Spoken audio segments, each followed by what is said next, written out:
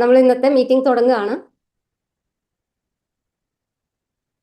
ഇന്നത്തെ മീറ്റിംഗിന്റെ ഹൈലൈറ്റ് ഇതാണ്: KGI സ്കോർ, കൊച്ചേച്ചി കിച്ചൺ കോച്ച് ഗ്രോത്ത് ഇൻഡെക്സ് എന്നാണ് അതിന്റെ ഫുൾ ഫോം. അതിന്റെ ഷോർട്ട് ഫോം ആണ് KGI.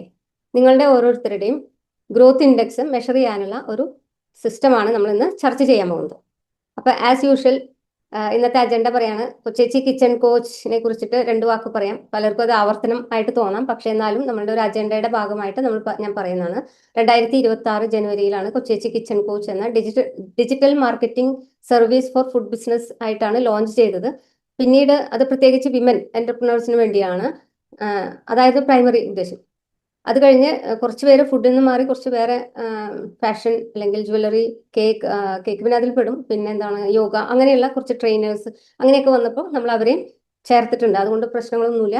പക്ഷെ എൻ്റെ ഏരിയ, അതായത് ഞാനൊരു ഫുഡ് ബിസിനസ് ചെയ്യുന്ന ആളായതുകൊണ്ട് എനിക്ക് കൂടുതൽ ഫുഡ് ബിസിനസ് ചെയ്യുന്നവരെ കുറച്ചുകൂടി സ്ട്രാറ്റജിക്കലി സപ്പോർട്ട് കൂടി കൊടുക്കാം എന്നുള്ളത് കൊണ്ടാണ് ഫുഡ് ബിസിനസ് ഫോക്കസ് ചെയ്തത്. പക്ഷെ എല്ലാ വിമൻ എന്റർപ്രണേഴ്സിനും കൊച്ചേച്ചി ഫാമിലിയിലേക്ക് സ്വാഗതം ആണ്. സ്വാഗതം എന്ന് പറഞ്ഞാൽ നിങ്ങൾക്ക് ഇവിടേക്ക് വരാം.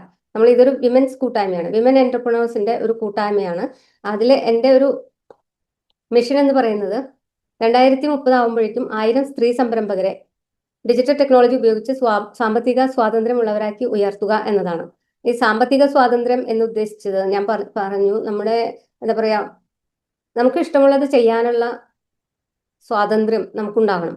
അത് പണമാവട്ടെ അല്ലെങ്കിൽ ധൈര്യമാവട്ടെ, എന്താവട്ടെ, നമുക്ക് ഇഷ്ടമുള്ളത് ചെയ്യാൻ നമുക്ക് കഴിയുന്നുണ്ടോ? കഴിയുന്നില്ലെങ്കിൽ അതിന്റെ കാരണം എന്താണ്? പണമാണെങ്കിൽ അത് നമുക്ക് തീർക്കണം.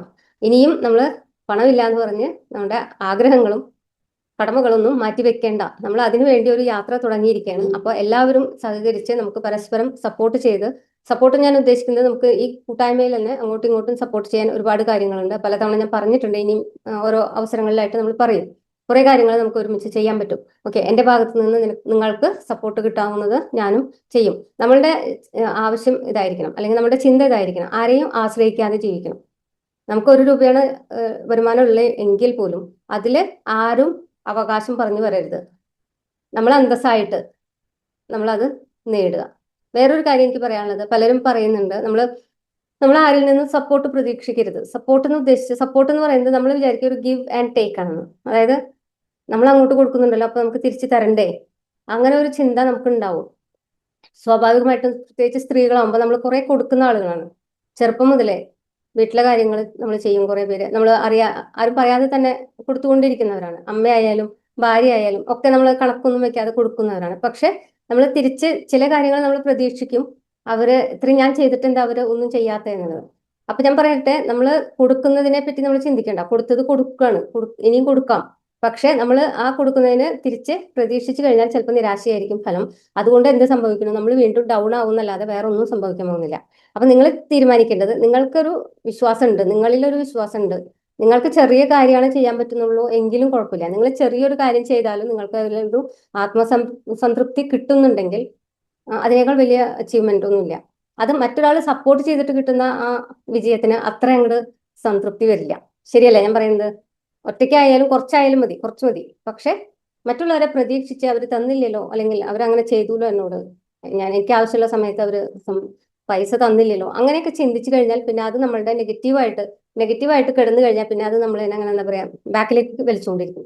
അതേസമയം ഓക്കെ, ഞാൻ ഇന്ന് എനിക്ക് വേണ്ടി ഒരു കാര്യം ചെയ്തു, ഞാൻ ഇന്ന് എന്റെ ബിസിനസ്സിൽ ഒരു കസ്റ്റമറിനെ എനിക്ക് കിട്ടി, ആ ഒരു സന്തോഷം മതി നിങ്ങൾക്ക് മുന്നോട്ട് പോകാൻ. ഓക്കെ, അപ്പൊ അത്യാഗ്രഹം എന്നൊന്നും ഞാൻ പറയില്ല. നമ്മൾ വലുതായിട്ട് കിട്ടിയില്ലെങ്കിലും ചെറിയ ചെറിയ കാര്യങ്ങളിൽ നമ്മൾ സന്തോഷിക്കുക, അതിൽ നിന്ന് കോൺഫിഡൻസ് ഉണ്ടാക്കാൻ ശ്രമിക്കുക.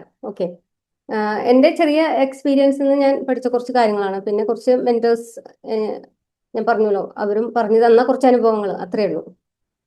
അതിലെ ഒരു റൂൾ ഞാൻ പറയുന്നത്, എല്ലാവരും ഒരു പഠിതാവിനെ പോലെ ഇരിക്കുക. ഞാനും നിങ്ങളിൽ നിന്ന് കാര്യങ്ങൾ എനിക്കും പഠിക്കാനുണ്ട്. നമ്മുടെ ഭവാനി ചേച്ചിയൊക്കെ, ഇവിടെ 70 വയസ്സുള്ള ഭവാനി ചേച്ചിയാണ് നമ്മുടെ സീനിയർ മെമ്പർ. അപ്പൊ അവരെ പോലുള്ളവരൊക്കെ ഒരുപാട് എക്സ്പീരിയൻസ് ഉള്ള ആളുകളാണ്. അവർ പറയുന്ന കാര്യങ്ങൾ പഠിക്കാൻ ഞാനും തയ്യാറാണ്. അതുപോലെ എല്ലാവരും കമ്മ്യൂണിറ്റിയിൽ കുറച്ച് കോഡ് ഓഫ് കോണ്ടാക്ട്, അത് ഞാൻ ഇതിലിട്ടിട്ടില്ലേ, കോഡ് ഓഫ് കോണ്ടാക്ട് എന്ന് പറഞ്ഞിട്ട് ഞാൻ ഗ്രൂപ്പിൽ മെസ്സേജ് ഇട്ടുണ്ടായിരുന്നു. അതായത് നമ്മളുടെ കുറച്ച് ഗൈഡ് ലൈൻസ് ഉണ്ട്. കമ്മ്യൂണിറ്റിയിലാണ് നമ്മളിപ്പോൾ, ഈ കമ്മ്യൂണിറ്റി വലുതായിക്കൊണ്ടിരിക്കുകയാണ്. അപ്പൊ നമ്മൾ പാലിക്കേണ്ട കുറച്ച് കാര്യങ്ങളുണ്ട്. ഇത് വലിയൊരു ഗ്രൂപ്പ് ഉണ്ട്, വാട്സപ്പ് ഗ്രൂപ്പ് ഉണ്ട്, അത് കഴിഞ്ഞ് നമ്മുടെ മീറ്റിംഗ് ഉണ്ട്, ക്ലാസ് ഉണ്ട്. അവിടെയൊക്കെ നമ്മൾ അങ്ങോട്ടും ഇങ്ങോട്ടും സംസാരിക്കുന്നുണ്ട്. ഇപ്പൊ പ്രത്യേകിച്ച് കഴിഞ്ഞ ആഴ്ച മുതൽ നമ്മൾ പ്രത്യേകിച്ച് ക്ലാസ്സുകളൊക്കെ തുടങ്ങിയിട്ടുണ്ട്. ഗ്രൂപ്പിൽ അല്ല ഭയങ്കര ആക്റ്റീവ് ആയിട്ടുള്ള ഡിസ്കഷൻസ് ഒക്കെ വരുന്നുണ്ട്. അപ്പൊ നമ്മൾ എന്ത് ചെയ്യണം? കുറച്ച് റൂൾസ് എല്ലാ ഓർഗനൈസേഷനിലും ഉണ്ടാവുന്ന പോലെ കുറച്ച് റൂൾസ് അതിൽ ഞാൻ വായിക്കാം. നിങ്ങൾക്കത് എക്സ്പ്ലെയിൻ ചെയ്യേണ്ട ആവശ്യമില്ല, മനസ്സിലാവും. അതൊരു ഫോർമാലിറ്റിക്ക് വേണ്ടി ഞാൻ വായിക്കുന്നതാണ്. എല്ലാ അംഗങ്ങളെയും പരസ്പരം ബഹുമാനിക്കുക. മറ്റുള്ളവരെ വിമർശിക്കുകയോ കുറ്റപ്പെടുത്തുകയോ ഗോസിപ്പ് പ്രചരിപ്പിക്കുകയോ ചെയ്യരുത്. സംശയങ്ങളോ പരാതികളോ ഉണ്ടെങ്കിൽ നേരിട്ട് കൊച്ചേച്ചിയെ അറിയിക്കുക. മീറ്റിംഗിൽ പങ്കുവയ്ക്കുന്ന വ്യക്തിപരവും ബിസിനസ് സംബന്ധമായതുമായ വിവരങ്ങളുടെ രഹസ്യത്വം പാലിക്കുക. പരിശീലന കോഴ്സ് മാർക്കറ്റിംഗ് ആവശ്യങ്ങൾക്കായി ഈ മീറ്റിംഗ് റെക്കോർഡിംഗ്സ് ഉപയോഗിക്കാം. പക്ഷെ റെക്കോർഡിംഗ്സ് നമ്മൾ ഇത് ചെയ്യുന്നല്ലോ, റെക്കോർഡിംഗ് ആയിട്ട് നമ്മൾ പബ്ലിഷ് ചെയ്യുമല്ലോ. അപ്പൊ നിങ്ങൾ ആരെങ്കിലും സ്ക്രീൻ ഷെയർ ചെയ്യുന്നുണ്ടെങ്കിൽ അതുകൊണ്ടാണ് ഞാൻ പറയുന്നത്. അപ്പൊ അങ്ങനെ സ്ക്രീൻ ഷെയർ ചെയ്യുന്നുണ്ട് നിങ്ങളുടെ പ്രൈവറ്റ് മെസ്സേജുകളോ അല്ലെങ്കിൽ പാസ്വേഡ് പോലെയുള്ള സംഗതികളോ അതൊക്കെ ഹൈഡ് ചെയ്തിട്ടായിരിക്കും നമ്മൾ കോഴ്സിലോ അല്ലെങ്കിൽ റീപ്ലേയിലോ കൊടുക്കുന്നത്. ഓക്കെ, അതാണ് ഗൈഡ് ലൈൻസ്. ഓൾറെഡി പഠിക്കുന്ന മെമ്പേഴ്സും ഉണ്ട്, ഇല്ലാത്തവരും ഉണ്ട്. അപ്പൊ എല്ലാവർക്കും കൂടി ഞാൻ ജസ്റ്റ് ഇൻട്രൊഡക്ഷൻ പറയാം. KKC ഗ്രോത്ത് ഇൻഡെക്സ് എന്ന് പറഞ്ഞാൽ ഒരു മാർക്കിംഗ് സിസ്റ്റം എന്ന് മനസ്സിലാക്കാം. അത് നമ്മൾ സ്റ്റാർട്ട് ചെയ്തത് ഒരു ബിസിനസിന്റെ ഹെൽത്ത് സ്കോർ ആണ്. നിങ്ങളുടെ ബിസിനസിന് എത്രത്തോളം ആരോഗ്യം ഉണ്ട് എന്നുള്ളതാണ്. അതിന്റെ ശക്തികളും കുറവുകളും കണ്ടെത്താൻ സഹായിക്കുന്നു. അതിൽ മെയിൻ ആയിട്ട് നമ്മൾ നോക്കുന്നത് നിങ്ങളുടെ ബിസിനസ് ഓൺലൈനായിട്ട് ആളുകൾ കാണുന്നുണ്ടോ? അതാണല്ലോ നമ്മളുടെ ഉദ്ദേശം. ആൾക്കാർ കണ്ടാലേ നമുക്ക് വരുമാനം വരുള്ളൂ. പിന്നെ കസ്റ്റമർ ട്രസ്റ്റ് നിങ്ങൾ നോട്ട് ചെയ്ത് വെക്കാൻ വേണമെങ്കിൽ മറ്റുള്ളവർ കാണുന്നുണ്ടോ? അതാണ് ഏറ്റവും വലിയ വിഷയം ഓൺലൈൻ ബിസിനസിന്റെ. രണ്ടാമത് കസ്റ്റമർ ട്രസ്റ്റ് ഉണ്ടാക്കാനുള്ള സംഭവങ്ങൾ നമ്മൾ ഓൺലൈനിൽ ചെയ്യുന്നുണ്ടോ? നമ്മുടെ കണ്ടന്റ് എത്രത്തോളം ക്വാളിറ്റി ഉണ്ട്?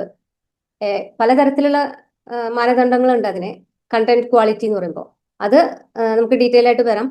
അതുണ്ടോ, ക്വാളിറ്റി ഉണ്ടോ എന്നുള്ളത്. പിന്നെ ബിസിനസ് റെഡിനെസ് എന്ന് പറയുമ്പോൾ നമ്മൾ ബിസിനസ് ചെയ്യാൻ റെഡിയാണോ? നമുക്ക് കാറ്റലോഗ് ഉണ്ടോ, വാട്സപ്പ് ഉണ്ടോ, പിന്നെ ഫേസ്ബുക്കിലെ എല്ലാ സംഭവങ്ങളും വർക്ക് ചെയ്യുന്നുണ്ടോ, നിങ്ങൾക്കൊരു സിസ്റ്റം ഉണ്ടോ, ഒരു ഓർഡർ കിട്ടിക്കഴിഞ്ഞാൽ കൊടുക്കാനുള്ള ഒരു സിസ്റ്റം ഉണ്ടോ, അതൊക്കെയാണ് റെഡിനെസ്. അപ്പൊ ഇതെല്ലാം വിലയിരുത്തിയിട്ട് നമുക്ക് ക്ലിയർ ആയിട്ട് ഏത് ഏരിയയിലാണ് നിങ്ങൾ പുറകിലോട്ട് നിൽക്കുന്നത് എന്ന് വിലയിരുത്താനുള്ള ഒരു സ്കെയിലാണിത്.